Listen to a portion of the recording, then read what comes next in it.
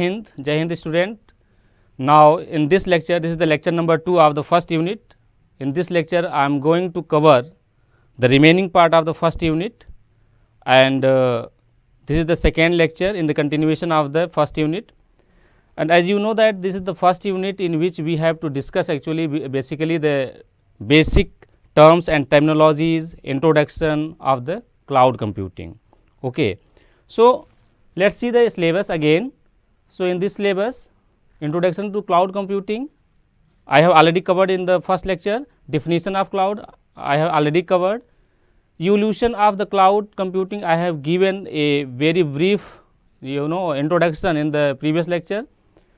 But in this lecture, I will cover this evolution of cloud computing, underlying principles of distributed and parallel computing. Okay. So, let us start.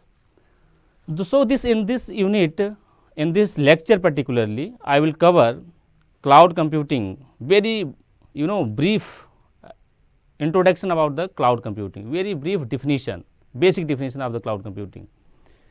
Then fundamental elements of cloud computing, evolution of cloud, how the clouds evolve gradually from the start up to date. So, evolution of cloud, then distributed system and the parallel computing. So, what is the cloud computing?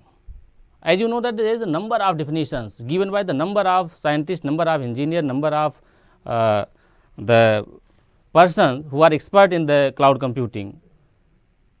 But as you know that I have given already all that definitions in the previous lecture. So, here I will just give you some glimpse of that particular cloud computing. So, as you know that the cloud computing, so cloud is the word that have the C, L, O, D and U and D.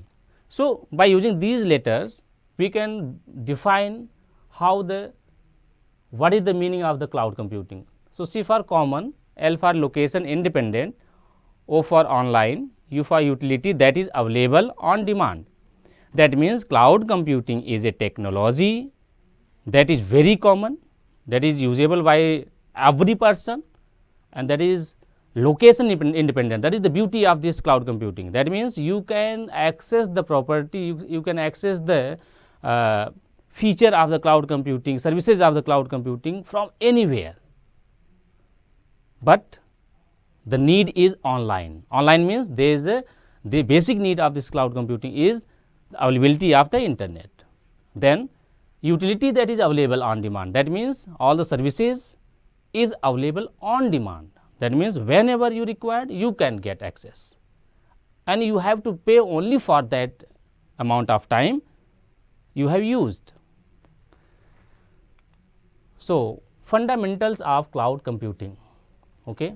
So, these are some terms, okay, some concept that give the fundamental elements of the cloud computing, like here universal connectivity. If we can see here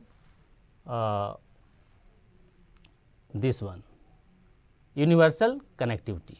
That means, you can access the service of cloud from anywhere, need is only universal connectivity. That means, there should be internet and very good speed of the internet should be available. Open access, that means, anybody can openly access the services of the cloud computing.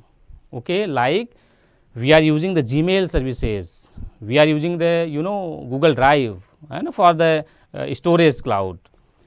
So, every person can access. Reliability. Okay. This is reliable in the sense that no need to no need to maintain that particular server data center at your site. Okay. That is reliable, that is maintained by the cloud provider. You need not to worry about the maintenance, you need not to worry about the services, design of the services, security, all these are managed by the cloud computing vendor or the third party. Then the interoperability and user choice. This is the beauty of this cloud computing, the user choice. You can choose as per your need the services. There are lot number of services are available. large number of vendor are also available, they have the varying cost also. So, you can compare just like when you go in the in supermarket, or when you purchase something online, then you have the flexibility to compare product of the different particular vendor. Then you can give the order of a particular product that is cheap and the best. Similarly, here you can choose the vendor, you can choose the service, and that is economically, that is fit for you. Interoperability, that means there is there is the concept of the intercloud. That means different number of clouds are also make a federation, make a common platform, okay, and they operate to each other. That means they communicate to each other, they interact to each other. That means when a service is not available to particular provider, that service is given by some other provider, and that is not your headache. You just go to your own vendor, okay, and if that is not available, that service is not available, then that is managed by your vendor to provide the service from some other vendor. Security, okay, security is also a fundamental element of the cloud computing. Security, okay, so security means fundamental, because this security is very challenging element of the cloud computing, and the number of research is going on nowadays to provide the better security to the cloud computing, because security is still a problem, that is not well secure. Privacy, so privacy is also a fundamental elements, because you are accessing something that is outside from your reach. That means all the privacy and security is managed by that particular provider. So, you have no idea about that, how the data is stored, what is the security concern, what is the security measurement, what is the security countermeasure provided by the vendor. So, that is also a fundamental elements that provider as well as user need to concern about this term. Economic values, okay. So, economic values, that means when you are going to access as a user, so you can get cheap service, cheap and best service, and if you are using cloud computing as a vendor, you are providing, then that certainly gives you some good economic values, because there is a very big market of the cloud computing. There is a lots of scope to earn. Sustainability, okay, if you are providing the good services, and if you are giving the focus on the quality of the services, security of the services, reliability, privacy, then you can only sustain in the market, because the competition is very high in this field, cloud computing. As I have already told you, the number of providers are there. So, all these are the in common, we say this is the fundamental, these are the fundamental elements of the cloud computing, okay. So, I think this is clear. So, now we go at the next slide, and that is the evolution of model of computing. That means how this particular cloud evolve, because that these are the latest term, cloud computing, fog computing, all these are the very latest term. So, how this evolve, how the model computing evolve up to cloud computing. So, let us see the first one, this is the IBM, okay. So, in 1960 to 70s, there is the age of the mainframe computers. That means whenever you have to perform, you need to perform some complex computation, some scientific calculation, some industry calculation, some industrial statistics, then you use mainframe, okay, as a computing device in 1960 to 70s, that is provided by the IBM, okay.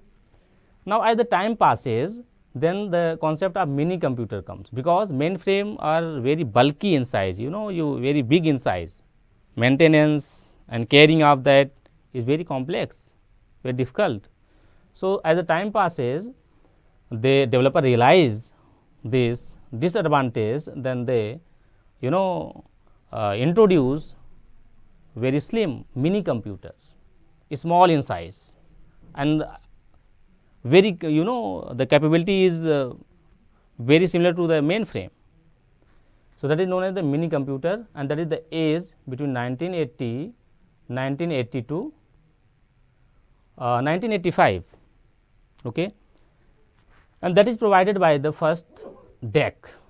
Again, PC concept of PC computers, okay, personal computers like desktop, laptop, palm top, all these comes in the age of 1985 to 1990, and that is introduced by the Intel. Again, as the time passes, there the concept of client server computing comes. Client server computing, and this concept is given by the Microsoft Sun between the 1990 to 1995. In client server, there is a centralized processing system where one system is more capable, that have the more capacity, and that is known as server, okay. And then the number of systems are connected to that particular server is known as the client, that is very less capable, okay, in comparison of the server. So, client server computing, that means whenever I want something, I want some computation, I will only query, I give the request to the server, and this is the duty of server to perform the computation. That means all the major computation is done on the server, okay. That means major database connectivity, major processing, all these are done in the server. Client have the interface only, that give the request and that get the answer, that get the solution from the server. Then IP networks, the concept of IP networks means now just internet, all type of things, internet type of thing, networking type of things is developed, and that is the major contribution in this area is by the Cisco in 1995 to 2000, okay. Then again mobile devices in 2001 to 2008, and as you know that mobile devices, this is the revolution of the mobile devices that is done by the Nokia company, okay. And from 2008 onwards, there is a concept of some cloud computing type of things, means resource sharing is done, okay. And this particular diagram is taken from this salesforce.com. As you know that Salesforce is also a cloud provider, a cloud service provider, okay. So, this is taken from this one, from Amazon and Google, okay. All these three are the cloud service provider. So, well, when we talk about the evolution of the cloud computing, model computing, then just we have to study all these fundamental terms, some computing models like mainframe. So, mainframe computers or mainframes are the computer used primarily by the large organization for the critical application, like for the bulk data processing such as census, industry and consumer statistics like payment calculation, okay, and the salary calculations, salary payment, okay, resource calculations, all these enterprise resource planning and the transaction processing. So, these are the areas where the mainframe computer play a very important roles. Then the cluster computing, the concept of the cluster computing comes. So, in cluster computing, that is started from the 1990s, cluster become the standard technologies, okay. So, what is the cluster actually? So, a computer cluster is a single logical unit, okay. That means logically that is seen as a single unit, but actually physically that is the collection of some systems. So, logical unit consisting of multiple computers that are linked through the LAN. That means when you form a network type of things using the LAN, then the number of systems are connected with that LAN. So, and the network computer essentially act as a single much more powerful machine. That means logically that are same, that are single. Why? Because all the computer work with a single aim, single objective as a single machines, okay, and that give the more powerful machine, okay, that is known as the cluster computing. So, cluster technology contributed distributed computing, parallel computing and the message passing interface. That means that create the backbone for distributed computing, parallel computing, message passing, and as you know that this distributed and parallel computing further give the platform for the cloud computing. So, this cluster computing is of three types. That means that can be used by the three ways: load balance clusters. That means here workload is equally distributed across multiple installed server in the cluster network. So, load balancing cluster means to balance the load. This type of cluster is used only for the balancing the load. Balancing the load, that means all the systems that are connected through the network to form a single logic unit. So, load is balanced, load is distributed among all the system, all the server that is connected to the LAN. High availability HA clusters. This is the other type of cluster computers. What is this? So, this is a group of clusters which ensure to maintain very high availability. Okay. Availability, as you know that availability means to ensuring the availability of the resources, computing resources, and that may be file, that may be CPU, that may be storage, that may be network, that may be bandwidth. So, all these are known the resource. So, that ensure the resource availability. If some request is coming for some storage, then that type of cluster ensure that that storage should be provided to that particular client. Third is the high performance cluster. So, this computer networking tactic use supercomputer and the cluster computing to resolve complex and highly advanced computation problems. So, high performance, as the name suggests, that uses that means that is the group of clusters computer as well as supercomputer, okay, that is used in the scientific research and very in particular very complex problem, to solve the complex problems. Again, when the cluster computing started and evolved, then distributed computing comes. The concept of the distributed computing comes. What is distributed computing? So, distributed computing, as the name suggests, distributed means what? Something that is scattered, okay, and that is located at the distant geographical areas, that is known as the distributed. So, here distributed computing is a computing concept that in its most general sense refer to the multiple computer system working on a single problem. So, in distributed computing, a single problem is divided into many parts and each part is solved by the different machine or different computer.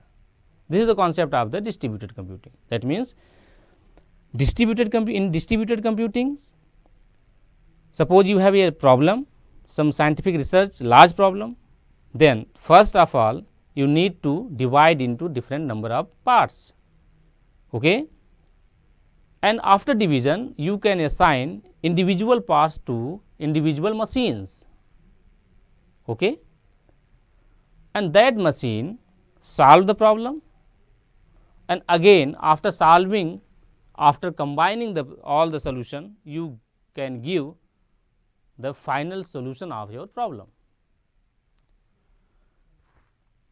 Grid computing. So, after distributed computing, the concept of grid computing is coming, and that is evolved. So, grid computing is a technique in which the idle system in the network and their wasted CPU cycle can be effectively managed or used by uniting pools of the servers, storage system and the networks into a single large virtual system for resource sharing dynamically at the runtime. So, here you can see, you can sense the you can sense the flavor of the cloud computing from the distributed, from the cluster, okay, and from the grid computing. So, grid computing say that in grid computing the idle CPU can be assigned, okay, yeah, the idle CPU cycle can be utilized, okay, by creating a pool of that particular devices, and that pool create a single virtual systems, okay, like virtual machines. So, resource sharing and coordinated problem solving in dynamic multi-institutional virtual organization. So, that is the grid computing, means resource sharing. You can from here resource flavor of the resource sharing come, okay, and you know that that is the very important characteristic of the cloud computing, resource sharing. That means whenever a CPU is idle, you can share, you can use the storage of that CPU, you can use the CPU cycle of that particular system. So, that is the grid computing. With this example you can see how this grid computing work. So, let us take the example. Okay. So, we have taken into account of a small LAN. Okay. Consider a small LAN that consists around suppose 20 systems, okay, and out of which 10 systems are idle and 5 systems are using less amount of CPU cycle, okay, and their CPU cycle are wasted. Certainly, if that very less, that is used very very less, that means their CPU cycle are wasted, and our work begin here. That means grid computing start from here. That means you have a network, a LAN of servers or computers. Okay. Some computers, it is not necessary that all the computer of that particular network are working with same requirements. Some are worked, some are used, some are maybe idle. This is the practical situations. So, when some CPU cycle are wasted, so grid computing try to utilize that cycles.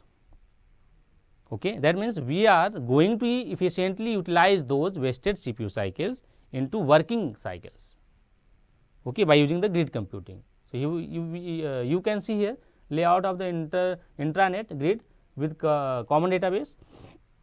Here the number of machines are there. Some are using Windows, okay, some are using the Linux, some are the mainframes, some are the supercomputer. This is the hub, okay.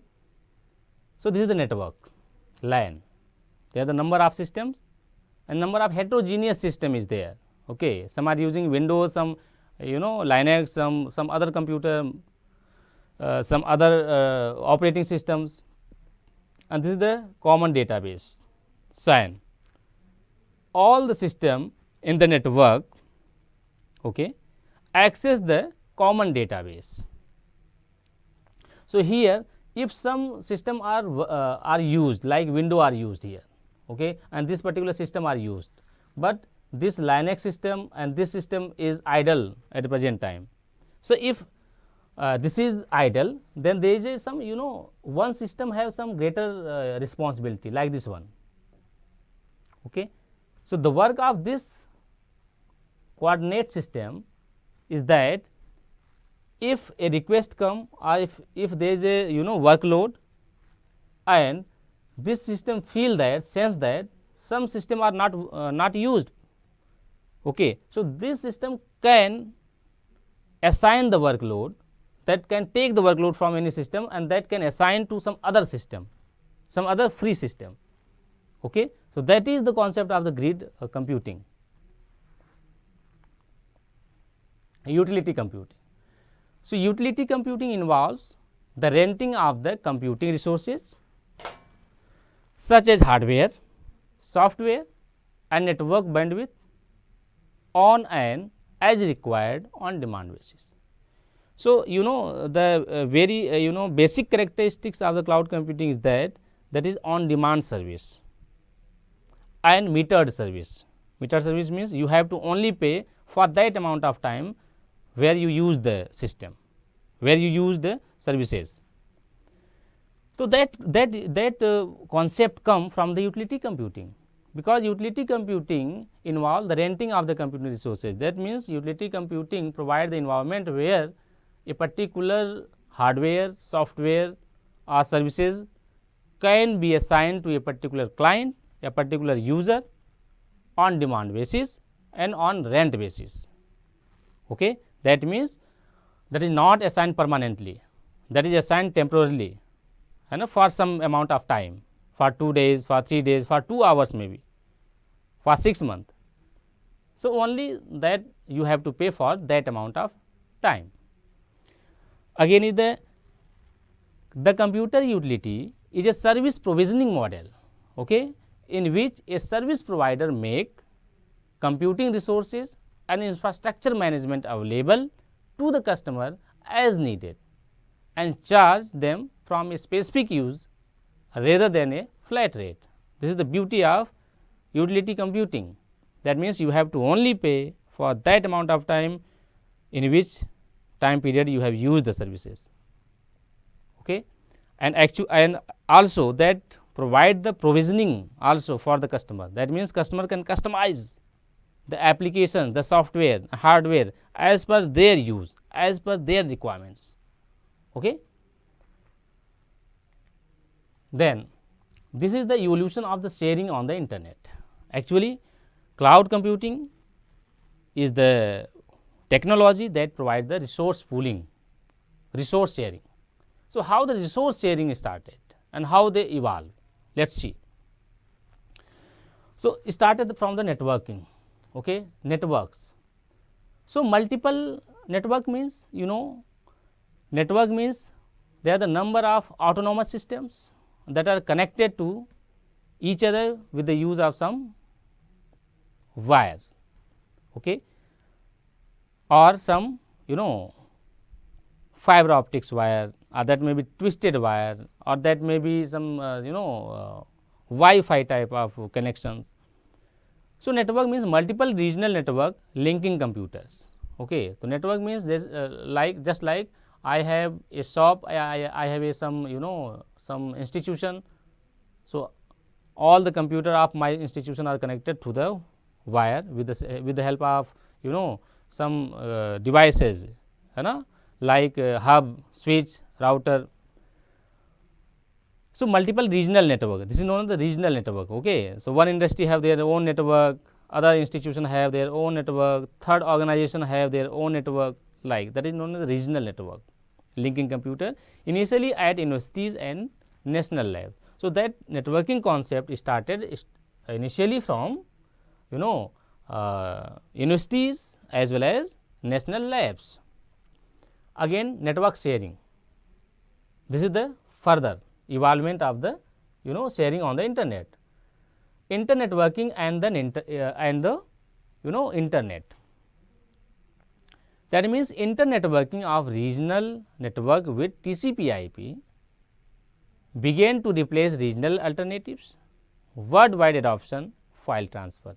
Network sharing means now one network can share their resource, can share their file to a system that is located to some other network, some outside network, okay, like file transfer by using TCP/IP protocols.